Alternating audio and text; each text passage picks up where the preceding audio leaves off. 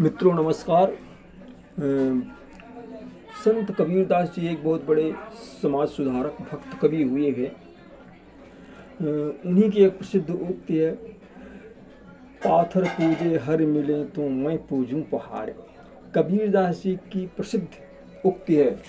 वास्तव में इस उक्ति के द्वारा कबीरदास जी ने मूर्ति पूजा का विरोध नहीं किया है। प्रथम दृष्टया साधारण पत्थर या पहाड़ की पूजा होती ही नहीं, उसको सुंदर मूर्ति का रूप देने के बाद वैदिक मंत्रोपचार के द्वारा भावनात्मक रूप से प्राण प्रतिष्ठा की जाती है। दैवी शक्ति का आवाहन के बाद ही वह पूजने योग्य मानी जाती है।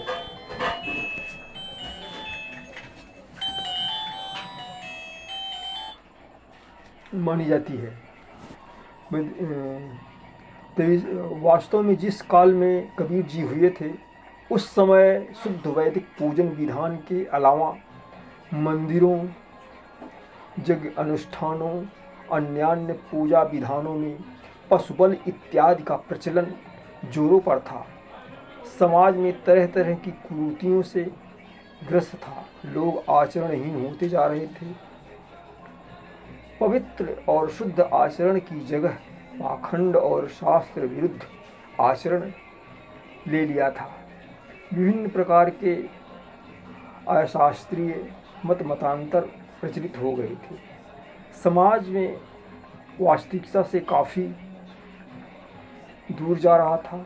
गृह त्यागी साधु सन्यासी वैज्ञानिक कसौटी पर खरी शास्त्रीय पूजा पद्धतियों से इतर मनमौजी भक्ति विधान का प्रचलन कर रहे थे। जबकि कबीर साहब अगर मूर्ति पूजा विरोधी होते तो श्री रामानंद जैसे महान राम भक्त को अपना गुरु क्यों बनाते।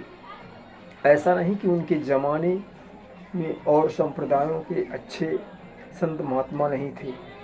कबीरदास जी, सूरदास, तुलसीदास जी, नानक जी, सभी लोग और चैतन्य महाप्रभु, सभी लोग लगभग एक ही काल में एक ही समय में पैदा हुए थे।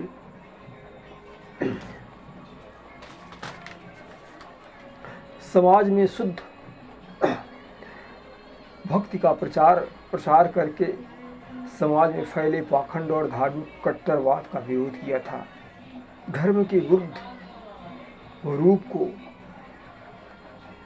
समाज के सामने रखने की कोशिश की। धर्म के विशुद्ध रूप को समाज के सामने रखने की कोशिश की। धर्म के बाह्य आडंबरों को तोड़ने की कोशिश की।